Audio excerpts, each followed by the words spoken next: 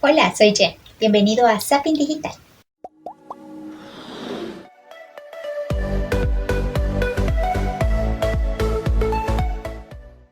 Si es la primera vez que nos acompañas, permíteme contarte que este es un lugar diseñado y pensado especialmente para ti. Tenemos tips de emprendimiento, tips útiles para tu vida y tips de crecimiento personal o en complemento. En el día de hoy tenemos un Pit Master para que lo lleves a práctica.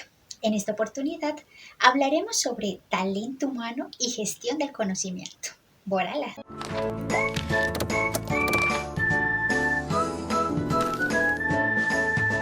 Muchos de nosotros ya puede tener algunas nociones sobre qué puede ser el talento humano y qué puede ser también ese capital del conocimiento. Bueno, ese talento humano que incluye que pensemos en nuestras habilidades, en nuestras destrezas, también nos va a plantear el ser y el estar, es decir, cada uno de nosotros como individuo dentro de una organización, dentro de un territorio compartido con otras personas o de manera individual. El talento humano también nos va a plantear la innovación, es decir, no a nivel de que creemos patentes o creemos productos, sino la innovación a partir de la misma comunicación, cómo podemos cada vez irla direccionando de una mejor manera, dándole un sentido. En este caso tenemos una gráfica que nos da 8 características, entre ellas está la pasión, el trabajo, el enfoque, la tenacidad, las ideas, mejorar, servir y persistir, que se mide dentro del ámbito también de la competitividad. Esto teniéndolo en cuenta que un mundo que está cada vez más conectado, no solo a partir de las nuevas tecnologías, sino también a partir de las lógicas de mercado, lleva a que en esta globalización ese talento humano mire características de identidad, respete también la diferencia y potencie también nuestras habilidades y nuestras destrezas. El talento humano es importante que así como nos podemos cuestionar en qué somos buenos, poder también hacer procesos de introspección en los que nos preguntemos en qué cosas podemos fallar, en qué cosas no se nos dan muy bien. Este talento humano no se enfoca solo a nivel profesional, sino como su palabra lo indica, humano. Explora mucho el ser. Entonces, hay varios autores, ahí ven una pequeña lista, tenemos a Piaget, a los ingleses Michael, Helen y Jones, tenemos a Goleman que nos da, por ejemplo, características más desde la psicología, Martí Tavares y su vida de una mirada más constructivista, tenemos a Canter, a Turov, a Roosevelt, a Canter y a Cubeiro, que ellos van a entrar más en la parte de competencias y destrezas.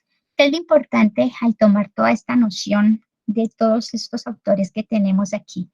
Que el talento humano a través de la historia también ha evolucionado y el mismo hombre se fue dando cuenta la necesidad de tenerlo también en nuestras organizaciones o en nuestras empresas.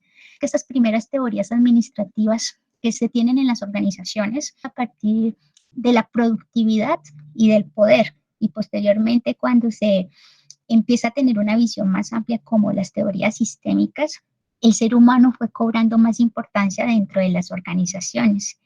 Y desde la comunicación empezar a ver cómo ese talento humano puede aportar para solucionar algún determinado problema, cómo a través también de ese talento humano podemos organizar estados o grupos que aporten también en la construcción de saberes y conocimientos. Observar, por ejemplo, cómo ese talento humano se puede dar a través de la educación, cómo se puede gestionar a través de la ciencia y cómo se puede gestionar a través de la cultura. Por eso esos primeros indicios de talento humano empiezan es con Piaget, cuando él empieza a plantear la teoría constructivista, es decir, que el ser humano no solamente se construye a través de libros, sino también desde que nacemos y a través de la historia se ha demostrado que el ser humano es sociable. Y a partir de esa sociabilidad y esa interacción, ver también cómo va construyendo su propio conocimiento. Lo importante ahí es, luego como va a plantear Fernando Sánchez con su teoría psicosocial, es ver también no el ser humano desde una parte individual, sino también colectiva. Entonces, ese talento humano, si bien empieza por ejercicios de introspección, en los que uno empieza a medirse y a preguntarse cuáles son las habilidades y las destrezas, también va a requerir que nos preguntemos o nos coloquemos en el zapato de otro y de otros para construir proyectos en comunidad. Hay un libro muy importante de los ingleses Michael Helen Hankel y John Svett en el 2003 que ellos lo llaman la guerra por el talento. Y una de las precisiones que se tiene para definir talento humano, ya que también es considerado que no tiene una definición propia, talento humano tiene que ver con la manera como lo concebimos, con una apasionada creencia en que para alcanzar las aspiraciones de la empresa, uno tiene que contar con grandes talentos y que para atraer a los mejores es preciso que los líderes de la compañía se comprometan con esa meta. Entonces, en ese libro los autores lo que van a llevar a plantear es que el talento humano no solamente le va a aportar a competitividad, al tema de globalización, al tema de innovación, sino también a dar un sentido por lo que se está haciendo y se quiere proyectar desde los distintos aspectos de la vida, sea algo social, cultural, sea también desde la familia, desde un territorio, sea desde una vertiente de la economía o de la política. Chiabaneto, que es un autor paulista, en el 2007, para comprender ese talento humano, él nos lleva a pensar en competencias y destrezas, pero a partir de las emociones. Ahí van a observar ustedes un gráfico en el que Chiabaneto nos plantea dentro de esas competencias 4 ítems y dentro de la parte emocional que representa a cada uno de ellos.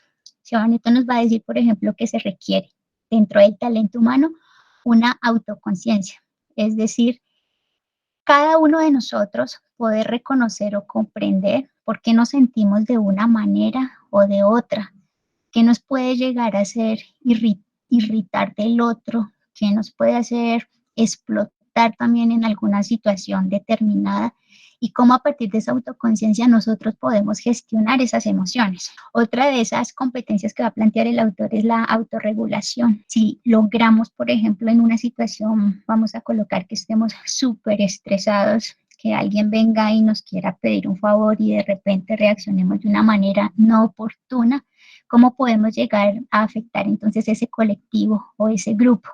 Entonces él nos lleva a pensar que debemos tener destrezas de autodominio, de confiabilidad, de escrupulosidad, pero esa que él no la plantea en un sentido peyorativo, sino en un sentido de que, por ejemplo, cuando sabemos que algo está mal, tener como esa capacidad de poder decir, lo siento, me equivoqué. Y posteriormente eso va a llevar entonces a que podamos adaptarnos al cambio y poder innovar en una situación determinada. Ese talento humano es importante también en el sentido grupal, poder generar una empatía, una conexión. Por eso observamos muchas veces en las organizaciones o inclusive en grupos muy cercanos a nuestros círculos sociales, que si una persona no nos agrada, digamos, puede ser que la recepción que se tiene hacia ella, como lo podemos denominar coloquialmente, se da una energía pesada porque no logramos conectar. Pero ¿qué nos plantea esto a su vez? Un reto, llevarnos a pensar, por ejemplo, que si esa persona no nos cae mal, ¿cuál puede ser la razón? El por qué no podemos colocarnos en los zapatos de esa persona e intentar, así sea por unos minutos, poder verla con otros lentes, de otra manera. Y aquí es importante esa empatía también en el talento humano, dar cabida a la inclusión social y a la diversidad. En temas raciales, en temas religiosos y políticos, son temas bastante álgidos y que generan ese reto de podernos comprender los unos con los otros. Otra competencia que nos va a plantear Chiabaneto tiene que ver con la socialización y es entonces llevar ese accionar y ese pensamiento a algo asertivo, a algo afectivo. Ver que si tenemos un proyecto en un tiempo estipulado, por más presión que podamos tener, siempre hay que responder de una buena manera, poder socializarlo de manera oportuna, en un buen clima organizacional, estar siempre abiertos a lo que en ese grupo que estamos trabajando nos puedan plantear y generalmente siempre estar conversando, estar muy pendiente de qué está pasando en un proyecto que estemos encaminando o la manera en que esa comunicación se está gestionando, por ejemplo, de un departamento a otro dentro de la creación, por ejemplo, de una identidad corporativa, de una imagen. Entonces, esa parte emocional va a estar permeada por influencia, por comunicación, por saber manejar conflictos, por poder ser también líderes, poder resolver también situaciones en el momento o inclusive a largo plazo, ser visionarios cuando recordamos el tema de la audición, por ejemplo. Poder brindar también mecanismos de colaboración y de cooperación y especialmente si somos equipos de trabajo, poder ver cuál es la capacidad de cada uno y potenciar. Igualmente, Chevaneto nos plantea un gráfico en el cual se tienen en cuenta las destrezas. Si bien ella nos muestra una serie de competencias que las va a incluir desde la parte emocional, que nos lleva también esas destrezas a una parte más tangible. Y él lo hace por conjuntos. Él nos va a hablar de capacidades, de acciones y de compromisos. Este autor dice que dentro del talento humano, esas capacidades tienen que ir direccionadas a yo puedo hacer tal cosa o que nosotros también podamos motivar a nuestros pares o a nuestros colegas o a nuestros grupos de que determinadas tareas sí se pueden llevar a cabo y de la mejor manera. La acción va a llevar a tener también el voto de confianza, no solamente de manera individual, sino también en el colectivo. Y el compromiso va a ser fundamental para alcanzar las metas y los objetivos que se plantee una empresa, una organización o incluso en la vida cotidiana. Entonces, cuando el talento humano empieza a presentar falencias, ya sean las capacidades o porque las acciones que se plantean no se cumplen o porque hay una baja en el compromiso, se va a presentar lo que llamamos en gestión de la comunicación el síndrome de la almohada asesina. ¿Y eso a qué lleva? A que encontremos entonces personas desmotivadas que tal vez solamente van al trabajo porque saben que tienen una remuneración en cuanto al salario, que las intenciones simplemente van a ir dirigidas a tener algo a cambio, o también pueden presentarse personas que en el léxico de la gestión de la comunicación se les dice dormidos, es decir, no son muy ágiles, no están muy dispuestos o muy prestos a, a esos cambios que se puedan presentar. Entonces, Chevaneto nos hace pensar que esas destrezas, además de analizar las competencias emocionales, tiene que ver con entender los sentimientos propios como individuos, pero también en colectivo, podernos colocar en los zapatos del otro.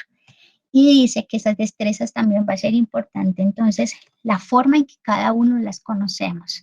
Como les digo, no solamente los libros o los profesores nos pueden brindar herramientas de conocimiento.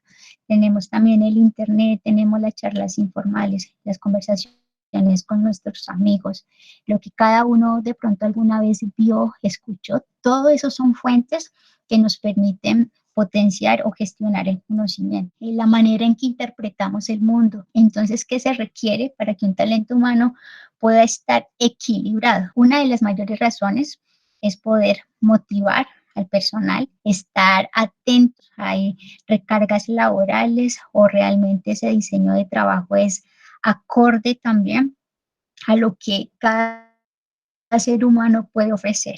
Es importante también aplicar una dosis de optimismo y todo el tiempo gestionar ese talento. Las empresas muchas veces en sus contrataciones piensan que con el perfil que se adopta todo ya está solucionado y pierden de vista que integrando esa familia, integrando esa organización o movimiento, requieren todo el tiempo estar brindando herramientas para que todos sigan creciendo tanto a nivel profesional como personal. Eso que va a permitir que cada empleado o cada persona que integra el talento humano pueda desarrollar sus virtudes, que va a permitir también que se pueda fortalecer la cultura organizacional.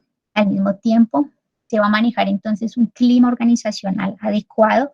Van a establecerse, por ejemplo, medidores del personal que permita que ellos puedan seguir expresando, que puedan hacer también sugerencias y no como sucede en muchos casos que tengan miedo porque si opinen o emiten algún concepto, tengan miedo de perder sus trabajos. Y importante también irlos motivando para generar esa conexión persona-empresa y que se genere ese sentido de pertenencia, de compromiso. Es importante también aprender a escuchar más. Hay un epitafio chino que dice que por eso tenemos dos oídos y una sola boca. Y es muy oportuno porque en muchas de las organizaciones cuando es talento humano hay una voz mando que generalmente siempre va a inferir un poco más de respeto, pero se está perdiendo de escuchar qué están pensando los demás, de qué manera podrían contribuir para ayudar a potenciar, por ejemplo, nuestras empresas. Entonces, ahí se está perdiendo realmente bastante capital de conocimiento. El hablar con respeto porque generalmente viene de una comunicación vertical descendente, donde siempre hay una voz que emite una serie de directrices y en algunos casos cuando se habla puede ser de manera peyorativa, despectiva y en un tono no adecuado que genera que del talento humano, más que uno ver a la persona con respeto cuando habla, lo que genera es miedo. Por lo tanto, ese clima organizacional, esa cultura organizacional se estaría afectando. Y desde la experiencia también es importante que ese talento humano se pregunte por qué hay detrás de cada rostro, qué hay detrás de esa historia de vida que hemos venido construyendo las personas. Entonces, este talento humano es importante mirarlo no solamente desde la parte psicológica, social, sino humana. La crítica ahí va es porque muchos de los textos al plantear lo humano están descuidando cosas que suceden en el cotidiano y que se podrían aprovechar aún más para potenciar todas esas directrices y esos proyectos que se requieren a diario. Aquí tenemos a nuestro gran gurú de las organizaciones y de la gestión de la comunicación en el español, Joan Acosta, en uno de sus libros en el 2018, y él nos lleva a que pensar todo ese talento humano, esas competencias y esas destrezas es finalmente lo que nos lleva a esa sociedad de conocimiento, a la gestión del conocimiento, que otros autores ustedes los van a encontrar como proceso K, otros van a hablar de capital humano u otros van a hablar de capital intelectual. Pero todo alude a la gestión de conocimiento. ¿Y qué viene siendo esa gestión de conocimiento?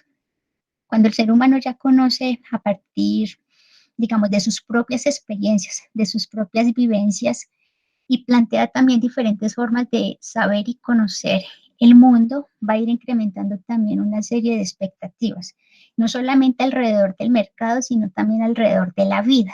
Y toda esa suma de anécdotas, de experiencias que pueda tener en el campo laboral, con sus amigos, a nivel educativo, todo eso va generando como si fuera una especie de maleta y la va llenando, solo que en este caso es a través de procesos de conocimiento, de capital intelectual, que va a permitir esa gestión del conocimiento, que con las formas de aprender y de saber, tú puedas también tener criterios de decisión. Entonces, frente a una situación determinada, poder resolver ya sea un problema o a una incógnita, alguna cuestión específica. Por eso, Joan Costa, él nos va a decir que esa gestión del conocimiento o proceso K van a ser esas capacidades y actividades que permiten diseñar, crear, mejorar las ideas, así como modificar y mejorar sus procesos administrativos y de producción, ya que el saber del contexto, como les mencioné anteriormente, está inmerso en un mundo globalizado. Pese a que Joan Acosta lo aterriza y lo contextualiza a nivel más de las organizaciones, se pueden adoptar el término de diseñar, de crear, de soñar, de mejorar, para aplicar toda esa gestión de conocimiento en los diferentes ámbitos de nuestra vida, llevarlo también de una manera de lo personal a lo profesional y de lo profesional a lo personal. Aquí, por ejemplo, tenemos también dos autores reconocidos en cuanto a la gestión del conocimiento. Uno es Iyuhito Nunaka y el otro es Hirotaka Takeuchi. Ellos en su año 1995 comienzan a gestionar ese conocimiento, cómo es que se da ese capital dentro de las organizaciones, pero también dentro de los seres humanos. Y tu giro, frente a esa exposición de la gestión del capital, él nos hace pensar en que existe la manera explícita y la manera tácita. Es decir, hay cosas que en la vida cotidiana o en las organizaciones nos dicen, tienes que hacer esto para aprender tal cosa, pero también está el tácito, que es ese tipo de conocimiento que nadie nos dice, no lo vemos, no lo sabemos, pero está ahí y digamos que de maneras muy particulares y muy peculiares nosotros las aprendemos. Hay un autor que se llama Johannes y hay una ventana de Johannes que es desde la psicología y desde la parte intercultural se plantea esa dicotomía entre lo que yo sé, lo que no sé y lo que no sabía que sé. Entonces, ese no sabía que sé es el que pasa a ser ese conocimiento tácito. Pensar, por ejemplo, de cómo cuando somos bebés, a cuando empezamos a gatear, a cuando llegamos a la fase de niños, de adolescencia, adulto, adulto mayor, vamos adquiriendo una serie de conocimientos. Estos, algunos de manera tácita y otros de manera explícita, como nos dice el profesor emérito de la Universidad de Shito-Chuachi. En el caso de Hirotaka Takoshi, que él es decano de una de las mejores universidades también en Tokio, él tiene un libro especial sobre las estrategias en las corporaciones.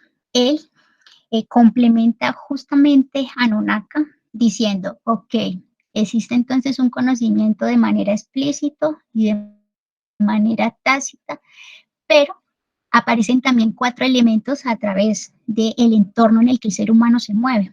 Y esos 4 son la combinación, la interiorización, la socialización y la exteriorización. Takeuchi, él no va a plantear cuál tiene un orden. Él lo que plantea es que es cíclico la manera en que se dan estos elementos. La combinación, él dice que requiere tanto el conocimiento explícito como el tácito. Es decir, esos conocimientos que a partir de aparatos ideológicos que nos han dado a través de este tránsito por la vida, tomemos por ejemplo los conocimientos que tenemos de la familia, lo que hemos aprendido con los amigos, en el colegio, posteriormente en la universidad, aparatos ideológicos, digamos también como la iglesia, todos ellos nos van a generar ese elemento de la combinación. Posteriormente, ¿qué pasa? Cada ser humano empieza con un proceso de interiorización, empieza a adaptar elementos que apropia y reapropia y también otros a los que renuncia. Esto que teniendo en cuenta también los rasgos característicos de la identidad que podemos tener los seres humanos. Por ejemplo, habrán características que usted las identifique del ser colombiana y otras en las que ustedes digan que no se sienten muy identificadas. ¿Está malo? No, porque hace parte de ese proceso de combinación y de interiorización, de que ustedes a sí mismos y todos nos vamos construyendo poco a poco. Es como ese poema también en el que dice que somos como libros y hojas en blanco, en las cuales algunas escribimos, otras borramos y otras arrancamos. Entonces, eso va muy de la mano del pensamiento de Takeuchi. Posteriormente, ¿qué pasa? Llega ese elemento de la socialización. Es decir, empezamos todos como microuniversos y luego nos empezamos a encontrar con otros microuniversos. Takeuchi nos dice que se llega también a una fase de exteriorización, es decir, interiorizamos ese conocimiento, posteriormente lo socializamos con otros, lo exteriorizamos. Dentro de las empresas, ¿de qué manera lo pueden exteriorizar? Estableciendo la misión, la visión y los valores corporativos. ¿Qué nos va a decir también estos dos autores japoneses? Que se da 8 fases, cada una con 2 ciclos. Después de que hemos pasado esta mochila entre conocimiento explícito y tenemos esos 4 elementos, pasamos a generar y producir. ¿Qué estamos hablando en esta producción? De conocimiento. Posteriormente, una instrumentalización. ¿Por qué? Porque digamos que el conocimiento en una primera fase puede ser algo abstracto. Cuando tenemos nuestra idea, comienza es en la mente, la soñamos, o la podemos dibujar en nuestra mente, pero posteriormente cuando le damos vida, digamos, a través de que la contamos, a través de que la plasmamos en un informe, a partir de que participamos en un grupo, llevamos a cabo esa acción, estamos ya instrumentalizando esa idea. Este punto 2 va muy de la mano de compartir. Entonces, cómo esa parte individual o ese sueño que tenemos o ese proyecto de vida o laboral que tenemos puede llevarnos a tener afinidad también con otros. El 8 y 4 es como la intercepción de este ciclo porque lleva a evaluar. En este 8 está la parte de evaluación y aprender en una manera cíclica, en un proceso de infinito que lleva a que no solamente basta con gestionar ese conocimiento, sino también seguir evaluando a través del tiempo o de una línea cronológica cómo se va dando, porque a nivel de los seres humanos también somos cambiantes debido también a los contextos sociales frente a los cuales nos deparamos. Y ahí es importante entonces llegar al 6 porque de acuerdo a que cada ser humano ve ese talento humano en la manera de gestionar el conocimiento, puede identificar sus fortalezas o sus fallas, puede aún seguir potenciando y mejorándolas. ¿Cuál es el problema? Que entre ese 7 y 8 que se llama difundir y aprender, muchas veces dentro de las corporaciones o las organizaciones se descuida el talento humano en su saber y en su conocimiento que nos pueden apropiar porque nos enfocamos más bien en los ítems de productividad o de competitividad. Entonces, esta mirada que nos hace Nonaka y Takeuchi es importante porque no solamente nos ubica sobre una línea de tiempo para observar cómo se va gestionando ese conocimiento, sino que nos permite analizar la parte individual y colectiva para ese proceso de capital. Tenemos entonces un capital humano definido ya por modelo de competencias, lo cual quiere decir que está mucho más arraigado hacia la parte de mercado. Aquí se nos plantea una economía que es dominada por la demanda, es decir, la globalización, es el capitalismo, es el neoliberalismo. De acuerdo a lo que esas dinámicas nos plantea, cómo reaccionan las sociedades, las empresas, el ser humano.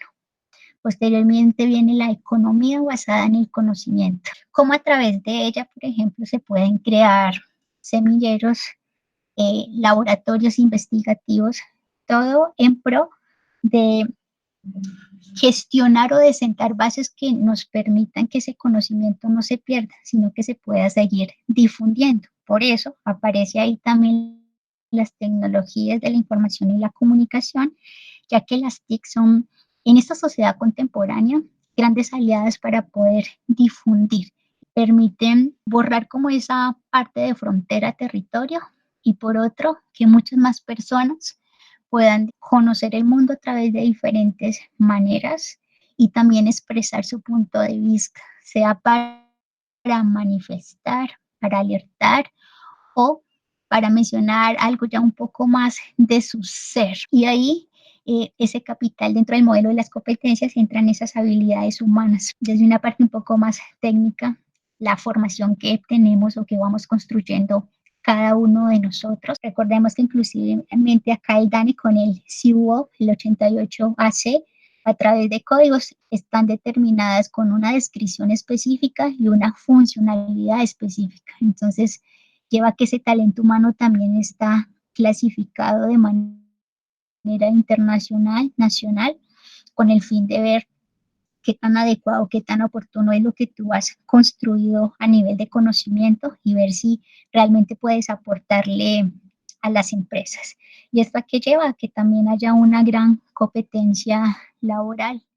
Aquí, a modo de resumen, el proceso K y la frase que les traigo sintetiza muy bien ese abrazo entre el talento humano y el capital de conocimiento. Entonces, ese proceso K comienza por un conocimiento que posteriormente, eso es una metáfora, pasa a ser una fábrica de conocimiento, posteriormente pasa a ser un cambio o qué tan receptivos somos para llegar a ese cambio y poder innovar. Recuerden que este innovar no solamente es crear patentes, crear productos, se refiere más como a innovar también la situación cotidiana en la que estamos inmersos. Posteriormente nos lleva a una consolidación del capital intelectual, es decir, todos esos saberes y la forma en que cada uno de nosotros se posiciona frente al mundo. Esto ya nos aterriza a una parte un poco más laboral, que va a ser el camino hacia la productividad y la competitividad por una serie de ítems que nos miden. Y cierro con una frase de Ludwig van Beethoven, pues este compositor y pianista alemán, que en algún momento definió el talento humano para decirnos lo siguiente: el genio se compone del 2% de talento y del 98% de perseverante aplicación. Aquí traigo también una bibliografía con las cuales podemos aún fortalecer más la temática del día de hoy. Entonces, el portugués Gilberto Chiaveneto tiene su libro Gestión del Talento Humano. El americano Daniel Goleman ofrece su artículo La inteligencia emocional aplicada al liderazgo de las organizaciones. Goodman, el talento como solución. El argentino Mauricio Lefkowitz tiene su artículo El cambio de paradigmas en la gestión de los recursos humanos. Nuevamente les recomiendo el libro La guerra por el talento. Tenemos a nuestra colombiana Luz Victoria Díaz con su artículo Gestión del conocimiento y tecnologías de la información y comunicaciones. Y tenemos a Brian Hope, británico, con su libro Innovation and Diffusion. Entonces, el capítulo 17 especialmente trata este tema en específico.